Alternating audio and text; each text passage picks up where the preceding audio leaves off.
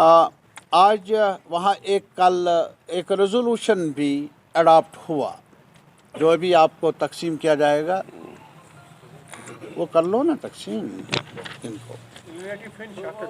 हाँ, after that resolution एक adopt हुआ और जिस रेजोल्यूशन के खादोखाल मैं बताऊंगा आपको क्या। जी हाँ,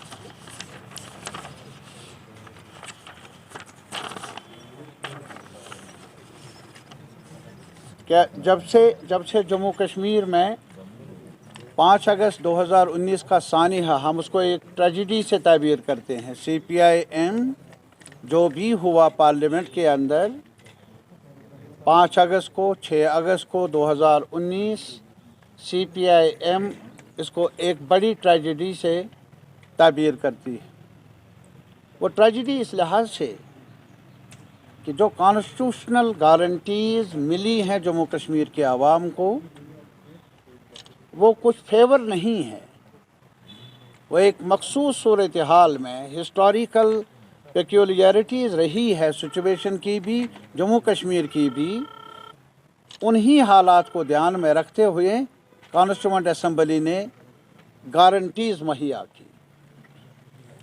अब कॉन्स्टिट्यूएंट असम्बली ने जो गारंटीज़ दे दी, और उस वक्त जहां पंडित जवाहरलाल नेहरू थे, अंबेडकर थे जो considered to be very very senior leader, Rajendra Prasad थे, मौलाना हसरत मोहानी थे, श्यामा प्रसाद मुखर्जी थे, और बाद में जो होम मिनिस्टर साहब रहे हैं जिनके बारे में चर्चा है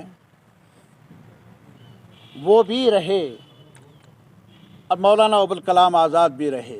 इतने कदावर शख्सियात जिन्होंने तहरीक में हिस्सा लिया, और उसमें भी अलग अलग, श्यामा प्रसाद मुखर्जी जैसे थे तो वो भी थे। वहाँ बहस हुई तो, और बहस के बाद ही आईन बना, और उस आईन में जम्मू कश्मीर के बारे में एक दफ़ा दर्ज की जिसे हम 370 कहते हैं। कुछ लोग कहते हैं आजकल ये आर्जी था, लेकिन अगर आप देख लेंगे उस 370 के हर क्लाज को, उसमें लिखा है कि president of India can remove it only with the consent and approval of, not by the parliament.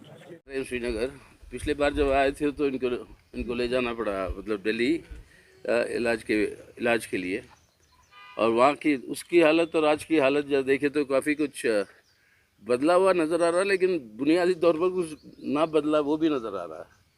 कि इन हालातों में आज के अफसोस की बात यह है कि हमारी जो पिटीशन है सुप्रीम कोर्ट में, इसकी कॉन्स्टिट्यूशनल वैलिडिटी जो 370 की एब्रिगेशन और 35A की एब्रिगेशन की, उसकी कॉन्स्टिट्यूशनल वैलिडिटी को चैलेंज करते हुए आज तक उसकी सुनवाई शुरू नहीं हुई। और जितनी देर लगेगी इसको सुनने में सुप्रीम कोर्ट को, उतना समय मिल रहा है सरकार को इसको डिफैक्टो लागू करने के लिए। और उसी के चलते हुए ये लैंड के लॉज हो आपके, डिलिमिटेशन हो आपके, ये सब सिलसिला चल रहा है। और ये हम समझते हैं कि जब तक वो बुनियादी सवाल तय नहीं होता कि कॉन्स्टिट्यूशनली वैलिड है या इनवैलिड है ये आर्टिकल 370 की एब्रिगेशन और 35A की, तब तक एटलीस्ट इन कामों के ऊपर अंकुश तो लगाने चाहिए। लेकिन ये सब करने का मतलब है एक फेट अकम्पली दे रहे हो, और उसके बाद सुनवाई भी होगी, और अगर कहेंगे कि गलती भी है, गलत है वो, तब भी जितने काम अब हो चुके हैं उसको वापस करना मुश्किल हो जाएगी। तो इसलिए आग्रह है कि जल्द से जल्द इसको जो है सुनवाई करें। और कल अब हमारी स्टेट कॉन्फ्रेंस के अंदर हमने यही आश्वासन दिया जो हमारी कमिटमेंट है CPIM की, आज की बात नहीं, मतलब ज़माने से, आपके शेख अब्दुल्ला साहब के ज़माने से, जब से उनके साथ वो बातचीत के दौरान ये सब जो जुड़ाव जो हुआ जम्मू एंड कश्मीर के स्टेट का इंडिया के साथ, उस समय से लेकर आज तक हम यही मानकर चलते हैं, और ये मानते हैं, ये बुनियादी हमारी आप अंडरस्टैंडिंग है, मतलब ये हमारी समझ है कि ये जो कश्मीर, जम्मू एंड कश्मीर हमारी देश का हिस्सा है, लेकिन जिस आधार पर उनको जो है जोड़ा गया देश के साथ, वो एश्योरेंसेस और वो प्रोमिसेस का पूरे की पूरी 100% इम्प्लीमेंटेशन होनी चाहिए। सबसे आगे क्रिटिक हम थे जब इसकी इम्प्लीमेंटेशन नहीं हो रही थी, जब पुरानी कांग्रेस की सरकारें भी थे, और उसके चलते हुए हमने कहा कि इसके वजह से आप ये जो डिसकंटेंट और एलिनेशन जो पैदा कर रहे हो, ये हमारे मुल्क के हित में नहीं है। सबसे ज़्यादा तो मुसलमानों के ऊपर मिलिटेंट के हमले, हिंदुओं के ऊपर, लेकिन वो सिख क्यों नहीं माइग्रेट किया, बाकी क्यों नहीं किया? इन सभी सवाल की जवाब भी तो चाहिए। लेकिन आप सिर्फ नफरत पैदा करने के लिए कोई फिल्म पैदा करते हो, इससे ना प्रॉब्लम सॉल्व होगा, नए प्रॉब्लम खड़े हो जाएंगे। अब यही आपके सुपरिटेंडेंट ऑफ पुलिस श्रीनगर का पिछले दिसंबर में एक आरटीआई का जवाब देते हुए वो आंकड़े देता है, उसके ऑफिस मतलब फॉर्मली वो आंकड़े देता है कि 1990 से जब मिलिटेंसी बढ़ रही थी, 89 कश्मीरी पंडितों की डेथ हुई और 1635 जो बाकी फेथ्स के साथ जुड़े हुए हैं उन लोगों की डेथ हुई। ये उनका खुद का मतलब उनके लेटर हेड पे पुलिस का कहना है। अब ये पुलिस कह रही है ये है सच्चाई, तो ये क्यों नहीं आता सामने? हमने कहा ये सब हमदर्दी हमारी हर समय रही है, और बाहर जितने भी कश्मीरी पंडितों को जितना भी हम कर सके कानूनी तौर पर, पार्लियामेंट के अंदर बाहर, उन सब को जो है उनके लिए जो कानून फ़ायदे मतलब जो भी मिलना चाहिए था वो सब के लिए लड़े हम CPIM। लेकिन ये नफ़रत और हिंसा के आधार पर जो आज राजनीति चल रही है, उसे बिना रोके आज ये मुल्क नहीं बच पाएगा, और उसके लिए इस कॉन्स्टिट्यूशन को बचाना ज़रूरी है। और कॉन्स्टिट्यूशन के संस्थाओं यानी पार्लियामेंट से लेकर आज ये बात मतलब अब आपकी भी हमारी मदद चाहिए कि लोगों तक पहुंचाए कि इंडियन कॉन्स्टिट्यूशन जो शुरू होता है वी द पीपल, मतलब क्या है? हम लोग का मतलब क्या है कि people are the sovereign masters of India. और कैसे एक्सरसाइज करते हैं people? Through the elected representatives in parliament, and government is accountable to the parliament, MPs are accountable to the people. That is how we the people का linkage होता है। अब parliament ही नहीं चलेगी सही ढंग से तो ये लिंकेज गया, और सरकार की कोई जवाबदारी नहीं। वैसे ही सुप्रीम कोर्ट के सामने जो केसेस पड़े हैं वो देखिए, इलेक्शन कमीशन की रुझान देखिएगा, या CBI ED को देखिए, जिस तरीके से वो उनकी पॉलिटिकल एजेंडा को आगे ले जा रहे हैं सरकार की। तो ये सब इंस्टीट्यूशंस को कमज़ोर करना ये भी घातक है। तो CPIM ने आज ये तय किया कि आज इसके खिलाफ हमारी पार्टी की ऑल इंडिया कांग्रेस होगी 6 से 10 तारीख को केरल में, अप्रैल को। उसकी भी इसी की तैयारी में हर स्टेट में ये कॉन्फ्रेंसेस हो रही है, जो सिलसिला कल यहाँ पे जम्मू एंड कश्मीर की कॉन्फ्रेंस हुई। अब यहाँ पर हम लोगों का प्रस्ताव यही है कि हमारी गुजारिश यही है कि यहाँ की आवाम के साथ अपने उनकी समस्याओं के ऊपर, उनकी प्रॉब्लम्स के ऊपर और उनकी जज्बात के ऊपर, और जो जायज़ है, हमारा मानना है ये जायज़ है कि ये इन शर्तों के आधार पर जम्मू कश्मीर जुड़ी इंडिया के साथ, और उन शर्तों को आप लागू करिए। ये बुनियादी बात हमारी उसूल रही है। यही बात हमने कल कॉन्फ्रेंस में भी कहा। लेकिन जो पूरी मुल्क की हालत है उसके दरमियान इस प्रॉब्लम को जम्मू एंड कश्मीर की हमें जो देखना है, उसके चलते हुए आज जो सूरत हाल है पूरे मुल्क के अंदर, ये है कि जहाँ तक देश के आर्थिक सवाल है और लोगों की जो हालत है वो बहुत बड़ी तरीके से मतलब उसके अंदर डिजनरेशन हुआ। आज बेरोज़गारी शायद इतिहास में मतलब सबसे ज़्यादा 50% से ज़्यादा हमारे नौजवान नौकरी खोजना ही बंद कर दी, क्योंकि कहता मिलना नहीं है, बेकार में इसमें क्यों फंसे। वो जो है अब ये नौजवान जो है हमारा डेमोग्राफिक डिविडेंड है, और ये नौजवान को अगर हम जो है उनको एजुकेशन देंगे, हेल्थ देंगे और नौकरियां देंगे, तब ये अपने आप में एक नया देश जो है खड़ा करेगा, और किसी की ज़रूरत नहीं है। ये व्यवस्था तो करो ना, इसका उल्टा। आज जो इकोनॉमिक हमले जो हो रहे हैं लोगों के ऊपर, बेरोजगारी, गरीबी, भूखमरी, दुनिया के कितने भी इंडेक्स देखिए आप, उसके अंदर देखते हैं कि हिंदुस्तान का मतलब सिचुएशन जो है बहुत ही तेज़ी के साथ डिक्लाइन होते जा रहा है। Global hunger index, global freedom index, press freedom index, जितने भी इंडिसेस ले लो आप, और यहाँ तक कि कह दिया गया आज we are an electoral autocracy. We are not a democracy but we are an electoral autocracy.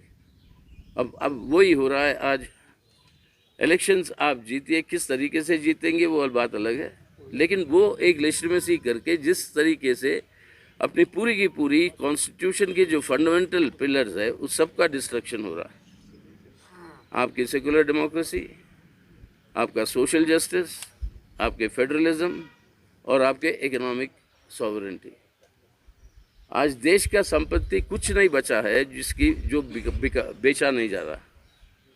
कोई एरिया नहीं है जिसके अंदर ये बेचने की बात, और इसके चलते हुए फ़ायदा चंद लोगों को होती है और वो सभी जानते हैं कौन है ये लोग। खेती को भी उनको हैंड ओवर करने की बात के अंदर गरीबी, भूखमरी, बेरोज़गारी और इसके ऊपर आती है महंगाई। अब देखिए पेट्रोल के दाम, जब तक ये इलेक्शंस नहीं हुए उसके ऊपर अंकुश लगाया गया।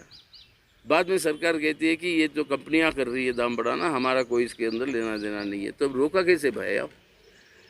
हर बार जब इलेक्शंस होते हैं, पिछले 4 सालों में देख लीजिए आप, हर बार जब चुनाव इलेक्शंस होते हैं किसी भी प्रांत में, ये पेट्रोलियम दाम के ऊपर अंकुश लग जाता है। इलेक्शंस होते ही फिर वो बढ़ जाती है, बढ़ा देते हैं और बड़े पैमाने पर। और आज हालत क्या है? पेट्रोलियम के प्राइसेस बढ़ाने का मतलब ये है कि इसका पूरा एक इन्फ्लेशनरी इम्पैक्ट होता है पूरे इकोनॉमी। ट्रांसपोर्टेशन कॉस्ट जब बढ़ते हैं, सब चीज़ों के दाम बढ़ते हैं। अब बेरोज़गारी, गरीबी, भूखमरी के साथ साथ ये महंगाई, अब ये सब बातें हो रही है और इसके लिए लेजिटिमेसी ड्रॉ करते हैं इलेक्शन की विक्ट्री से। और वो विक्ट्री के लिए जिस तरीके से लेजिटिमाइज कर दिया पॉलिटिकल करप्शन, ये इलेक्ट्रल बॉन्ड्स लेकर, इलेक्ट्रल बॉन्ड्स के खिलाफ उसको चैलेंज करते हुए वो पिटीशन भी पिछले 3 साल से पड़ा हुआ है सुप्रीम कोर्ट के सामने। मेरा खुद का पिटीशन है as general secretary of the CPI, वो पिटीशन भी पड़ा हुआ है। उसके बारे में कोई अभी तक खरबों रुपए बीजेपी ने बना ली उसके चलते हुए, और वो पूरा का पूरा पैसा जो इलेक्शन में इस्तेमाल होता है। तो अब ये लेवल प्लेइंग फील्ड कहाँ से आएगी? ये डेमोक्रेसी है? ये किस तरीके से डेमोक्रेसी में जो लेवल प्लेइंग फील्ड की बात कहते हो आप, फ्री एंड फेयर इलेक्शन की, वो पूरा का पूरा डिस्टॉर्ट हो रहा है। तो अब ऐसे सूरत हाल में ये ज़रूरी है कि सभी जितने आज सेकुलर ताकतें हैं, इन सभी ताकतों को इकट्ठा होना ज़रूरी है। इस कॉन्स्टिट्यूशन को बचाना, मुल्क को बचाना पहले, ताकि उसके बाद में जिस आधार पर इस मुल्क को बदलना चाहते हैं हम बेहतर, हमारी एक अंदाज़ है, हमारी एक सुझाव है, हमारा एक प्लान है, किसी और पार्टी का हो सकता है, उसके ऊपर बहस करेंगे। पहले अपने मुल्क को बचाओ, इस संविधान को बचाओ। इन सवालों के ऊपर लोगों की भूखमरी या जो हालत है ज़िंदगी के, उसके ऊपर कोई बात नहीं उठाते हैं। यूपी के चुनाव में पूरा का पूरा ये क्या था इशू, 80 वर्सेस 20%, या बुलडोज़र लेके आप जो है पब्लिक मीटिंग करोगे, उसका खुद अपना एक सिंबॉलिक समझिए मतलब वो क्या है, या प्रधानमंत्री खुद बात करेंगे कब्रिस्तान और शमशान घाट के बीच में, ये जिहाद की बात, या कभी आगे आपकी ड्रेस कोड की बात, हिजाब का मसला, यानी सब सवाल जो उठाते हैं जज्बात की, जहाँ पर फूट डालना है अपने मुल्क के लोगों के बीच में। यही फूट डालते डालते यहाँ तक कि कश्मीरी फाइल्स के बारे में जो आज सूरत हाल मतलब पैदा हुई है, उसके चलते हुए पूरी एडिटर्स गिल्ड, आपके मीडिया के एडिटर्स गिल्ड के सबसे प्रमुख most important editors national daily के, वो जॉइंट स्टेटमेंट देके इसके ऊपर कंसर्न जताया कि इस तरीके से पोलराइजेशन जो आप कर रहे हो ये खतरनाक है। देश की आवाम के बीच में ये जो पोलराइजेशन जो करवा रहे हो, इससे जो है ना देश की एकता अखंडता, ना अपनी प्रोग्रेस जो है वो संभव है। अब कश्मीर फाइल्स का ही ले ले, अब बता दें, अब वो कहते हैं कि अगर चाहे तो आप फिल्म बना लो, प्रधानमंत्री ने खुद कहा आप दूसरा फिल्म बना लो। अरे बना था एक आपके गोधरा और गुजरात के पूरे राइट्स के ऊपर, याद होगा, परजानी आकर के, उसको दिखाने दिया आपने? फिल्म बना तो लेंगे लेकिन दिखाने दोगे आप, या वही दिखाते हो जो आप चाहते हो, आपकी एक तरफा प्रचार। अरे मिलिटेंसी के साथ लड़ने में ये आज देते हैं कट ऑफ डेट 1990 से लेकर 1990 से पहले 1989 में इनके ऊपर हमले हुए हैं, अपने तारिक अमीन साहब के ऊपर। हमारे पार्टी के कई सारे मतलब कार्यकर्ताओं पे हमले होते हैं हमारे ऊपर। जब भी हम आए, मतलब उन ज़माने में जब आए तो कहते ये सब काफिरों की पार्टी है वगैरह वगैरह, और पूरा का पूरा प्रचार, और ये हमारे ऊपर चल जाता है। अरे मिलिटेंसी लड़ने के लिए हम भुगत चुके हैं, लड़ते हैं और लड़ेंगे भी। ये ना सिर्फ कश्मीर में, ना सिर्फ JNK में, हम लड़े हैं पंजाब में, जब 200 से ज़्यादा हमारे कॉमरेडों की जाने गई। वहाँ की जो मतलब एक्सट्रीमिस्ट की जो लड़ाई थी खालिस्तानी की उस समय असम के अंदर। तो हमारी पार्टी की बात ये है कि इस देश की एकता और अखंडता के लिए हम जो है हर समय हमारे लोग आगे बढ़कर लड़े हैं, हिम्मत के साथ लड़े हैं, शिकार भी हुए हैं, शहीद भी हुए हैं। तो ये सबक मत सिखाइए कि उस समय कौन नेता और कश्मीरी पंडित जब उनकी जो यहाँ पे एक्सोडस की बात, या एक्सोडस कहते हैं वो भी नहीं, मतलब यहाँ से जब उनको ले गया, उसके अंदर अगर सही ढंग से आपको सच्चाई चाहिए तो उस समय के गवर्नर का क्या रोल रहा, ये सब बातें भी आनी चाहिए।